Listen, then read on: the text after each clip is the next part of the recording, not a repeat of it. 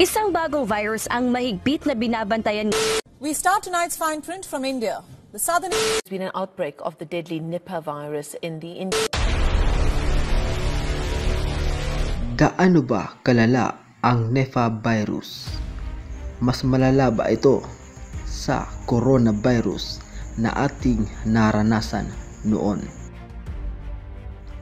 Mga kaibigan, ating alamin ang isa sa mga kinakatakutan ngayon. Nipah virus, isang klase ng virus na kapag tumama sa isang tao ay maaaring mamatay. Gaya ng coronavirus, mabilis din itong kumalat o makahawa ang isang natamaan ng sintomas na ito. Sa katunayan, sa India na kung saan ito nagmula, ilan sa mga bayan doon totally lockdown na dahil sa dala ng sintomas ng Nipah virus o paglaganap ng sakit na ito. At ilan sa mga naninirahan doon ay tinamaan na ng sakit na ito at dalawa na ang naitalang namatay.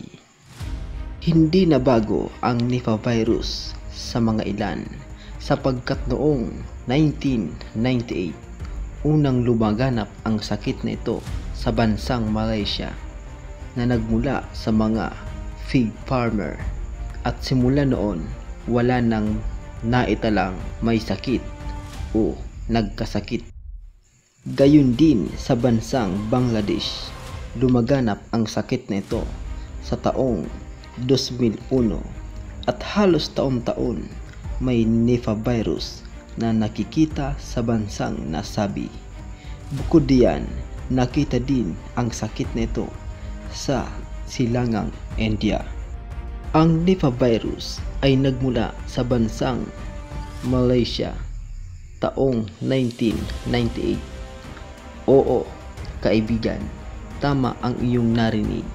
May mga pag-aaral na ginawa tungkol sa virus at napag-alaman nila na ito'y nagmula sa paniki na nagkaroon ng koneksyon sa mga baboy na sanhi ng pagkaroon ng virus. Ang Nipah virus, matatagpuan ito sa dugo, laway o dumi ng mga infected na paniki. Ito ay maaaring maihawa sa mga tao sa pamamagitan ng pagsasalamuha sa mga hayop na may taglay na sakit na ito. Kaya mga kaibigan, kung iyong malalaman kapag naihawa ito sa mga tao, ang tao'y makakaranas ng sakit sa ulo, pagsusuka, pagtatai, pagkaantok, problema sa paningin.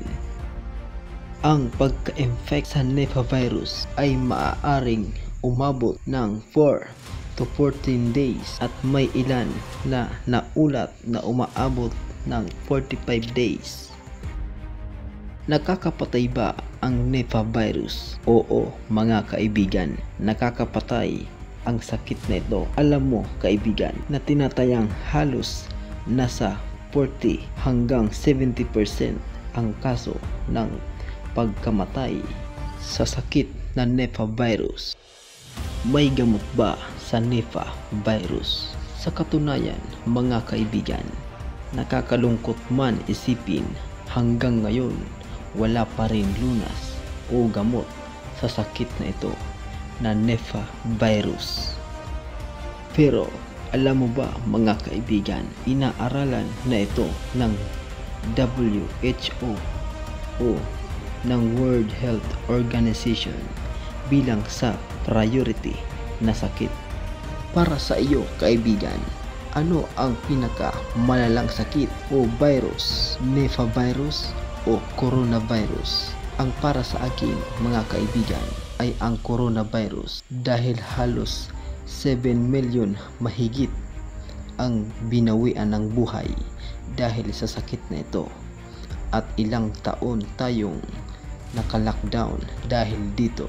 Mga kaibigan, pareho man lang sakit ang mga ito. Kaya ang maipapayo ko mga kaibigan, mag-ingat ang lahat dahil sa panahon ngayon, mahirap ang may nararamdaman.